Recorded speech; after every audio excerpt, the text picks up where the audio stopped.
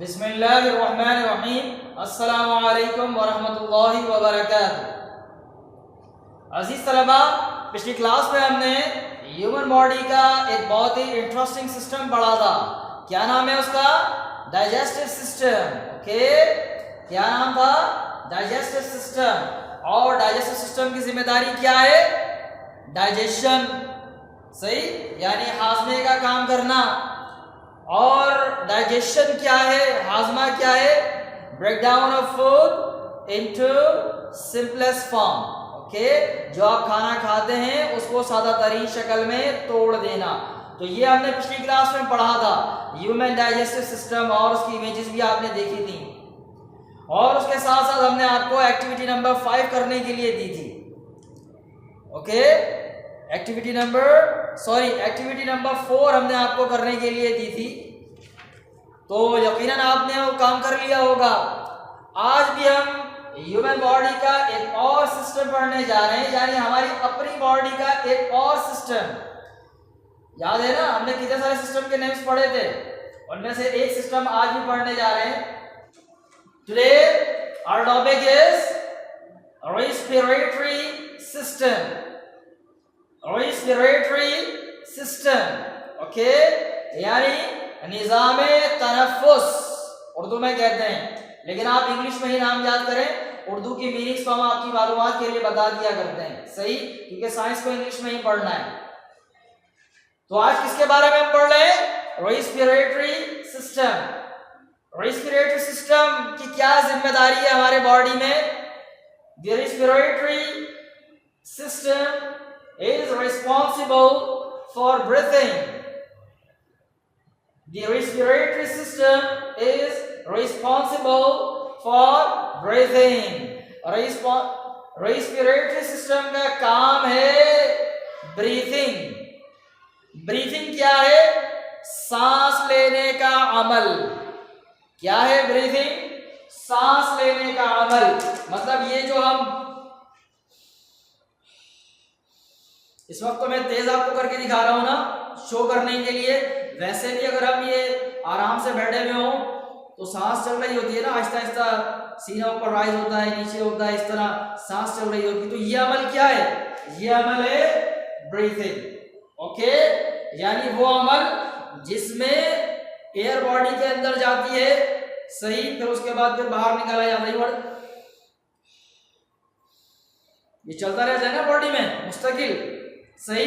तो ये ब्रीथिंग, सांस अंदर लेने का अमल और उसे बाहर निकालने का अमल, सही। क्या है ये?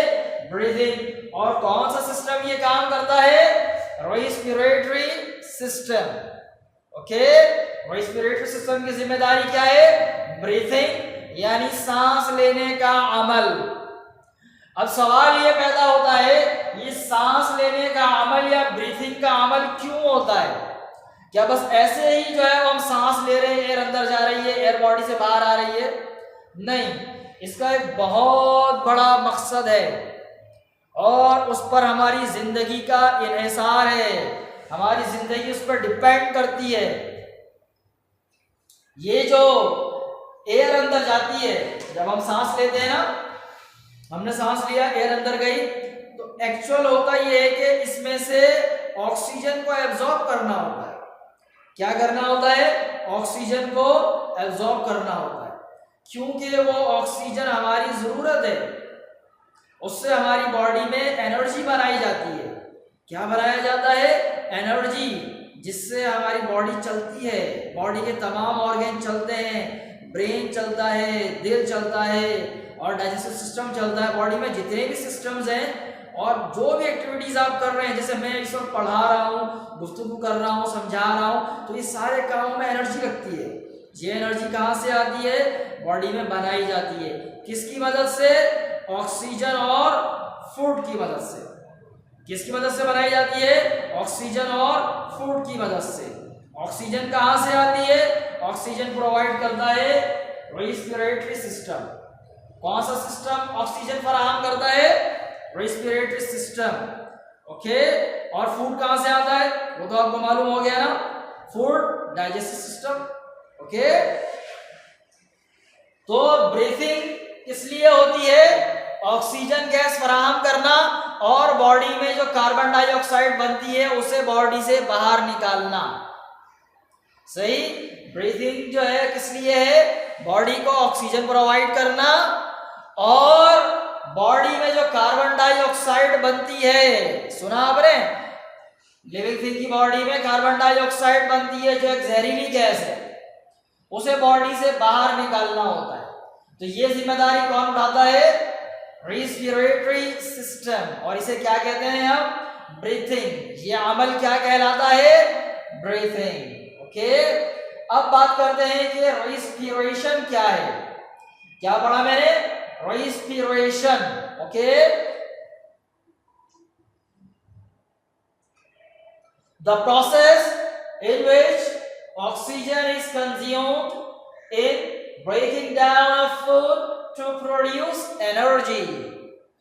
The process in which oxygen is consumed in breaking down of food to produce energy. वो अमल जिसमें ऑक्सीजन इस्तेमाल की जाती है फूड को ब्रेक डाउन करने के लिए। और फूड का ब्रेक डाउन क्यों किया जाता है?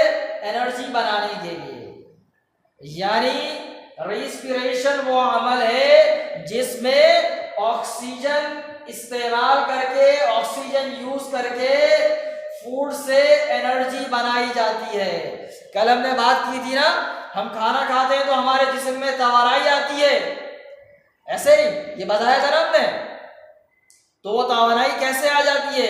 डाइजेस्टिव सिस्टम फूड प्रोवाइड करता है सिंपलेस्ट फॉर्म में, और फिर रेस्पिरेटरी सिस्टम ऑक्सीजन प्रोवाइड करता है। फूड और ऑक्सीजन जो है वो आपस में रिएक्शन होता है, उनका केमिकल रिएक्शन होता है, और उसके नतीजे में क्या बनता है? एनर्जी बनती है। क्या बनती है? एनर्जी।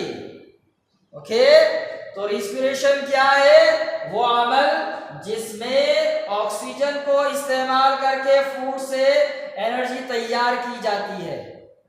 समझ में आ गया? The process in which oxygen is consumed in breaking down of food to produce energy. अब बात करते हैं कि ये जो रेस्पिरेटरी सिस्टम है ये बॉडी में कहाँ है और इसमें कौन कौन से ऑर्गन इन्वॉल्व हैं, यानी किन ऑर्गन्स से मिलकर रेस्पिरेटरी सिस्टम बना हुआ है। ओके, तो आपकी किताब में पेज नंबर 46 पर ये मौजूद है, आप वहां देखते रहें और हमारी बात भी सुनते रहें। यहाँ आपको स्क्रीन पर भी तस्वीर नजर आ रही है रेस्पिरेटरी सिस्टम की। तो देखते हैं कि ये बॉडी में सिस्टम कहाँ है और इसमें कौन कौन से ऑर्गन्स शामिल हैं। Human respiratory system, human respiratory system. Number 1, nose. Okay, these are the parts or organs of respiratory system. ये क्या है? पार्ट्स या organs of respiratory system. Number 1, nose. Number 2, mouth. Number 3, wind pipe. Number 4, bronchi. Number 5, lungs. And number 6, diaphragm. Okay, nose, mouth, windpipe, bronchi, lungs, diaphragm. These are the parts of human respiratory system. इंसान का जो respiratory system है वो इन organ से या in part से मिलकर बना हुआ होता है। अब बात करते हैं कि ह्यूमन बॉडी में ये ऑर्गन्स कहाँ हैं। आपको नोज के बारे में तो पता है ना, नोज, अपनी नोज तो पता है ना आपको, नोज कहाँ है? नहीं पता? नोज। ओके, उसके बाद मजाक कर रहा था, नोज सबको पता है। उसके बाद माउथ। ओके, दूसरा पार्ट क्या लिखा हुआ है? माउथ। और उसके बाद विंड पाइप। ये है समझने वाली चीज, क्योंकि नोज और माउथ तो आपको पता है। विंड पाइप ये क्या है? विंड पाइप का मतलब होता है हवाई नाली, या वो पाइप जिसमें से हवा गुजरती है, एयर अंदर जाती है, सांस आती जाती है, ये कहाँ है? ये हमारी बॉडी में यहाँ गर्दन में आप फील कर सकते हैं। वैसे तो यहाँ तक है ये सही, यहाँ गर्दन में ये ऐसे करके दबाए तो खांसी आती है, तो यहाँ जो लगा हुआ है ना, ये क्या है? Wind pipe. ये जो नजर आता है इसको दबाए तो खांसी आ जाती है, मेरी आवाज तब्दील हो रही है इसको दबाने से, हो रही है, ये है विंड पाइप। ओके, आप लोग अपनी बॉडी में फील करें इसे, देखें, यहाँ टच करके देखें, इस तरह मेरी आवाज तब्दील हुई है, दबाने से ज्यादा जोर से दब जाए तो खांसी आ जाती है। ओके, कहाँ है विंड पाइप? यहाँ गर्दन में इधर से गुजर रहा है, सही खाल के नीचे है अंदर। उसके बाद लंग्स। लंग्स बॉडी में कहाँ होते हैं?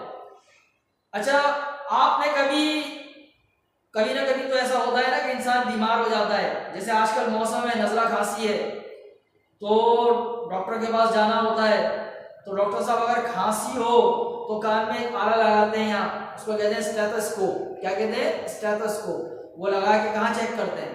ऐसे ऐसे ऐसे ऐसे यहाँ चेक करते हैं, कभी कभी कमर में भी लगाते हैं, पीछे की तरफ ना कमर में भी लगाते हैं, तो मतलब इतने ही रीजन में आगे और पीछे लगा के चेक करते हैं। ऐसे ही है क्या? चेक करते हैं, वो एक्चुअल चेक कर रहे होते हैं आपको जो खांसी हुई है, तो ऐसा तो नहीं है कि सीने में इंफेक्शन हो गया है।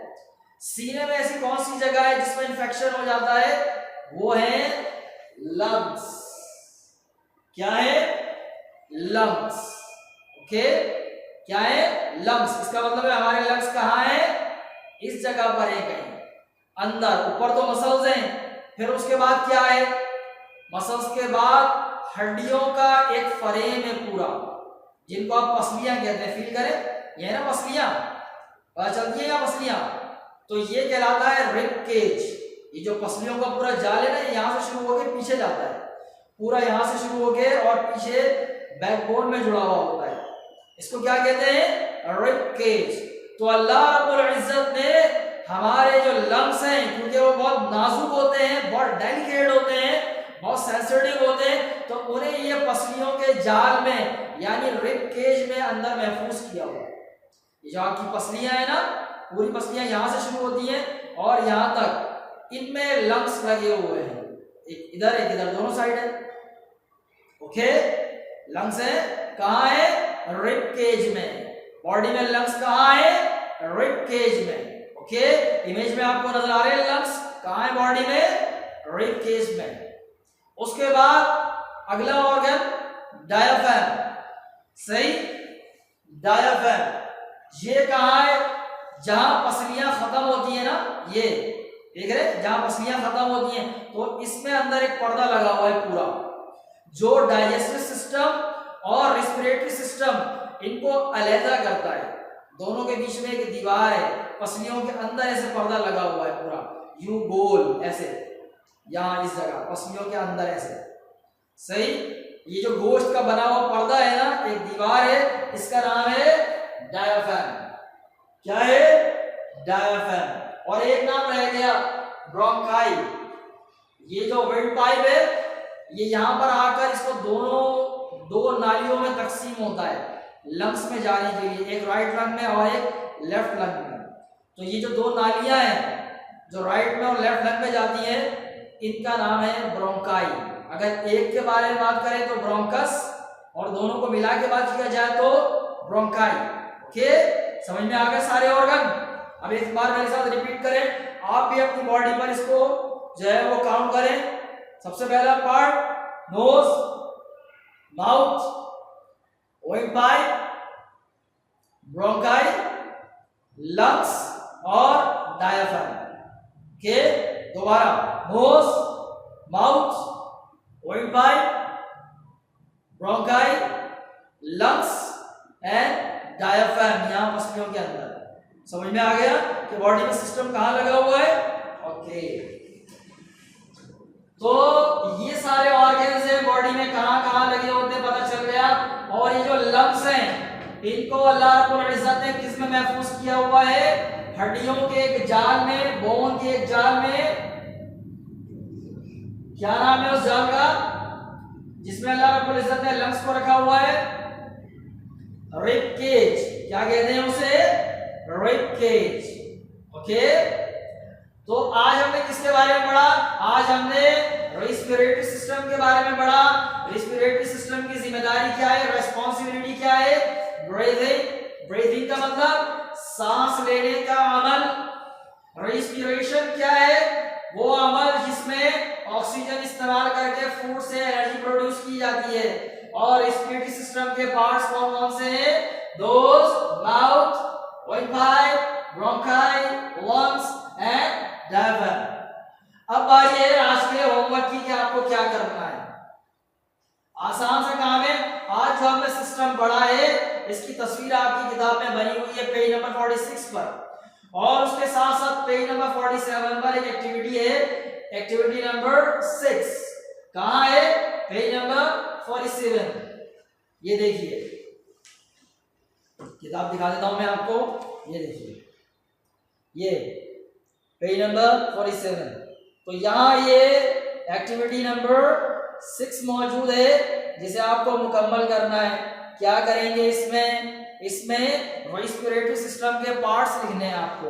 जो पार्ट्स हमने आपको आज पढ़ाए ना, ये जो पार्ट्स पढ़ाए इनको पहचानना है तस्वीर में, और जो उसके लिए बॉक्सेस दिए गए हैं उन बॉक्सेस में इन पार्ट्स के नाम लिख देने हैं। आप चाहें तो हवाले के लिए बराबर में पेज नंबर 46 पे तस्वीर बनी हुई है, वहां से देख सकते हैं, स्पेलिंग्स भी देख सकते हैं। तो इंशाल्लाह अगली क्लास में मजीद एक नए सिस्टम के बारे में बात करेंगे।